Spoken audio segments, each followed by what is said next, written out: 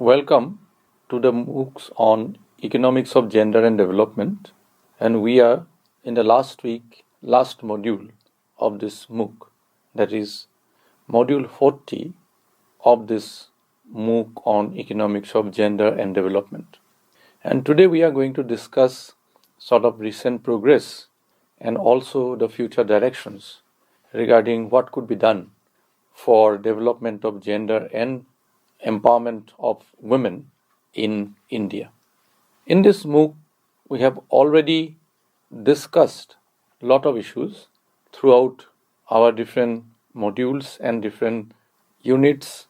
And last week, we have also discussed about the different approaches and policies that we have taken since independence in India for improving the gender and gender development.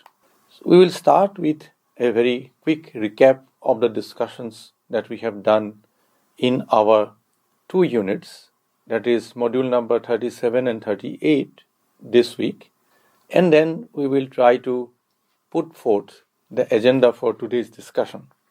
Let me start recapitulating what we have done earlier, and we have discussed so far not about the theories as such, but about the different approaches and policies that we have discussed in unit number or module number 37 and 38. We have seen in those units that India has witnessed significant progress in terms of participation, in terms of development in education, health, and also decision making.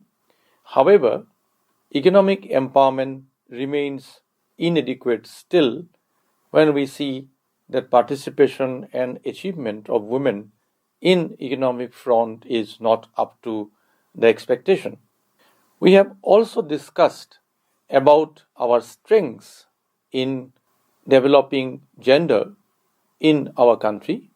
We have strong commitment, we have sound legal framework, we have expanded the institutional architecture, and also we have seen that very recently there is an increase in the public spending aiming at achieving gender development and empowerment.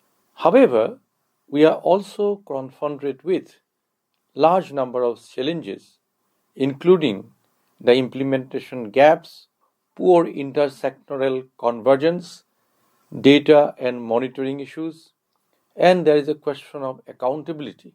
Even we are spending large amount of money, even though we are not being able to make people accountable for the outcomes. And we have also categorically understood that India's gender development policies have evolved significantly over last 70 odd decades. Initially, it started with providing protection, trying different welfare measures, trying to accommodate women by their active participation in different fronts. Then we have moved towards better empowerment by providing lot of entitlements and rights, and then finally we have come to the stage when we have tried to expand the existing frameworks and existing approaches and policies, but at the same time we became more gender sensitive and inclusive in our approach, with a focus on providing greater amount of rights or greater amount of entitlements to the women in particular and gender in general. So we have concluded that now it is required a transformative shift towards more substantive equality, not just formal equality. I will come to this concept of substantive equality. What are the aspects of it? What are the different components? What should be our agenda towards end of this module? But nonetheless, the focus is that now the platform is ready for takeoff, and therefore we have to have a greater transformative shift towards achieving more substantive equality. So now let me come to the first part of today's discussion, which is about the recent progress that we have. We have two components here. The first, we will try to see the most notable achievements in terms of gender progress in the country that we have achieved so far. It is an outcome of concerted efforts and interventions right from the days of independence till today. And then also we will try to see in the second part the different global commitments. There are different global targets, there are different global aims and objectives which we have confirmed to, and putting these things together, we will try to sort of pave our way out to the future. So first part is about putting forth the most significant and notable achievements in terms of gender development in our country. In front of education, the most important the achievement that we have achieved is the female literacy. We have achieved a steady improvement of female literacy, over 70%. We started with a very low rate of literacy, and then come to this stage, we have almost doubled the rate of literacy for the female during last 70 years or so. At the same time, we have also achieved very near gender parity in terms of school employment. That is, gender parity index is close to 1. That means we are having same number of boys and girls enrolled in the school level.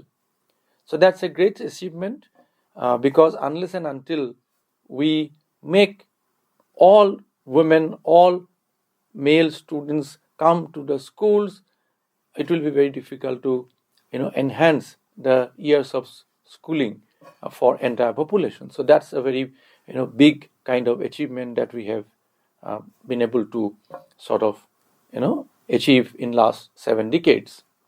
In terms of health, we can locate the one very important indicator which subsumes all other forms of reproductive health, that we have reduced significantly the maternal mortality ratio to a very high level. Even in 2015-17, it was about 122, which is now in the year 2020 around, it is coming down to 97, and it is further declining. And it is also coming from different sources. Education is one, and then also the other elements of reproductive health, medical care, non-medical care, comprehensive care, and so on and so forth. So this is one big achievement that we have been able to achieve during the last 70 years of our independence. In the economic participation front, we have seen improvement in the labor force participation rate. For instance, suppose if you look at labor force participation rate in 2017-18, it was still very low compared to the male counterparts, 23.3%, which has gone up to 41.7% in 2024. And overall labor participation has gone up from 49% to 60%. But the major concern remains in this front is that the most of the employment are in informal sector, where the proportion of decent work is minimum, and at the same time we have also seen that bulk of the women in rural areas, that is about 77% of the rural women, are engaged mostly in agriculture. So therefore, even though we have achieved in total, in aggregate, something in terms of economic participation, quality wise these participations still lacking. So this is one area which will again go to our future agenda. The next thing that we have achieved in terms of the financial inclusion, we have been able to increase the number of women who are having now bank accounts, and most of the schemes, most of the benefits, including those of the direct cash transfers, are being done through these bank accounts. And we have seen that about 40% of women are now having bank accounts. It is no mean achievement. And we have also seen a huge increase in terms of women-led startups. Now 2024, the total number of recorded startups is about 17,000, which was about 2,000 in 2017. So it is actually now improving the inclusion in the sense, in financial inclusion in the sense that not only you are having the bank accounts, but you are also being able to access the financial resources for your investment and credit requirement. Next thing is the political participation. Female takes part in all the elections in 2024. Women overwhelmingly participated in the different rounds of election. Gender gap in voting is nearly eliminated. We have also introduced about certain percentage of reservation at the panchayat level. We started with 33%. We have gone up to the 50%. So therefore, there is a the increased participation of women in the political front. The question is that how do you make the women get to the leadership position and also decision making bodies within the political system, and also quality of that participation has to be substantive. So this is one area which will take to the way forward. The next thing is about the gender equality index. So India has closed about 65%, 64% of gender gap in the gender equality index in 2024. We hope to completely eradicate the gap, but nonetheless, it is also a significant achievement. However, given these notable achievements in education, health, economy, social, financial, political, we are also having our share of continued challenges. In the economic front, we have one major challenge has been the low quality of employment. Still, gender wage gap is there. It is persisting. Informalization of women's work, that is another worry. And recent increase in the labor force participation, many believe that it reflects the economic compulsion rather than empowerment. So because much of the work is unpaid or low productive work. So this is one area, that is why quality of employment is extremely important when we talk about economic participation of women in the future. Socially, we are having the menace of the increasing violence of women. We have many data will confirm that it is increasing, and it is worryingly increasing. And for instance, suppose we have data that about 32%, 1/3 of the women face some form of spousal violence. So that's a big issue socially. And at the same time, we also see that many of the patriarchal norms still limit mobility and decision making of the women. So we need to have greater focus on these things, and there are intersectional issues. So this will again go into the agenda for the future. Then we have structural challenges in terms of underrepresentation in leadership roles, digital gender divide, intersectional inequalities of caste, tribe, ethnicity, rurality, etc. So these are the continued challenges. Now let me come to the second part of our discussion, which is about the major global commitments, because whatever is the future road map we will be trying to sort of chart out for the country, it has to conform to the major global commitments and frameworks. So on one hand, you have internal things, and other hand, you have the global commitments. And within these two, balancing it out, you have to make your way forward. So one of the most important the global commitment has been the SDGs, the Sustainable Development Goals, particularly SDG 5, which talks about the gender equality by 2030.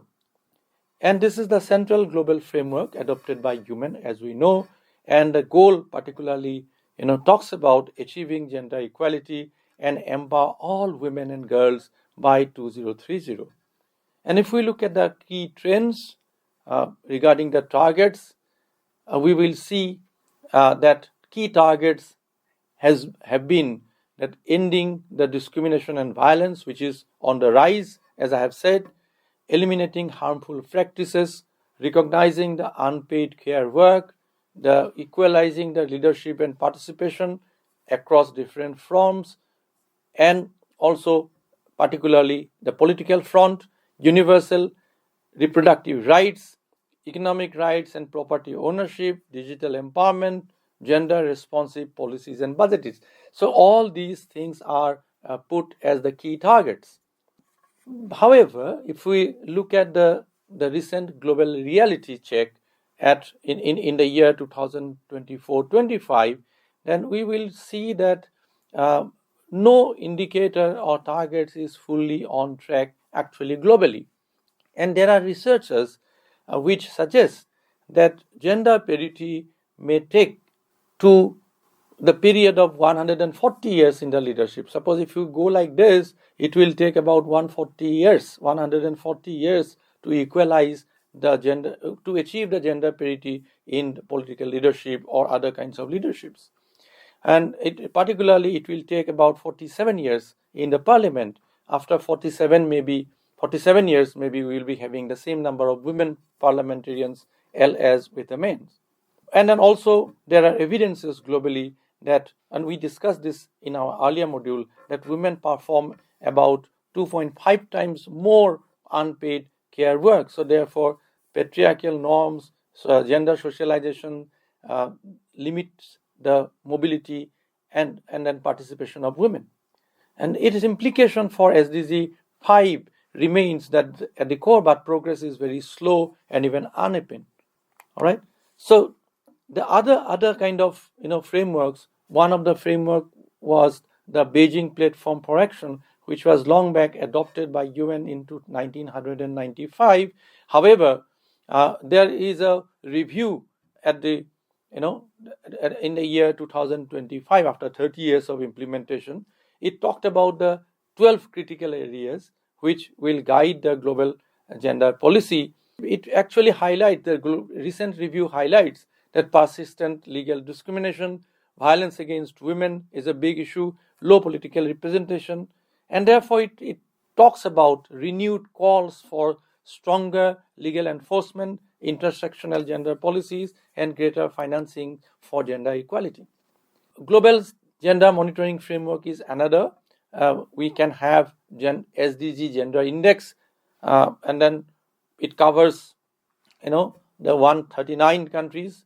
And then finding of this monitoring framework has been that no country in the world is on track right now to achieve gender equality by 2030. And nearly 40% of the countries stagnated or declined, that it has not made further progress. So there are certain pervasive, broader social issues, as we have argued throughout the course, that the question of gender is not particular to any discipline or any particular dimension. It is a broader issue, and then unless and until we address the broader issues, there cannot be an improvement after a particular point of time. Domain-wise, you can achieve certain things, but if we want to achieve completely, comprehensively, then you have to address, apart from the dimensional thing, with the broader social issues. So therefore, it actually reflects this issue very emphatically. And then Global Gender Gap Index, which is coming from Global Economic Forum. Every country wants to have a better rank in this monitoring framework. So it measures the Gender Gap Index as proposed by World Economic Forum, includes the economic participation, education, health, and political empowerment. So these are the things will keep coming repeatedly into different monitoring frameworks globally and also nationally. So it requires a greater data-driven accountability and benchmarking, that if you are spending certain things, there should be some results, there should be some outcomes. So that is the requirement of the day. So if we look at the summing up the global commitments and then different multilateral platforms, apart from the UN, we have a certain agenda that we need to have gender responsive budgeting and financing. Resources should be there. Digital gender divide has to be reduced. Climate gender nexus has to be understood and addressed properly, because we see that 80% of the climate displaced populations are actually women. So women are more vulnerable to climate related issues. And we have to recognize the care economy.